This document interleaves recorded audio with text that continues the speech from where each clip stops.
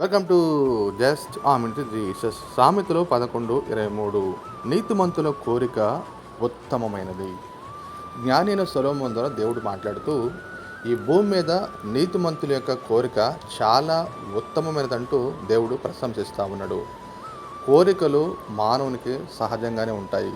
కానీ ఈ కోరికలు లోక సంబంధమైనవా, శరీర సంబంధమైనవా, ఆత్మ సంబంధమైనవని చెప్పి వివేచన కలిగి ఉన్నవారు ధన్యులు. నీతిమంతులైతే దేవుని నిత్యము గణపరుస్తూ, సేవిస్తూ, ఆరాధిస్తూ దేవునికి సాక్షార్థంగా జీవిస్తూ ఉంటారు.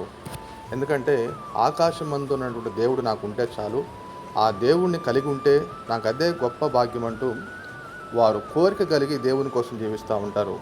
వారు దేవుని యొక్క కార్యాల పట్ల, ప్రణాళిక పట్ల నిత్యము ఆశ కలిగి జీవిస్తూ ఉంటారు.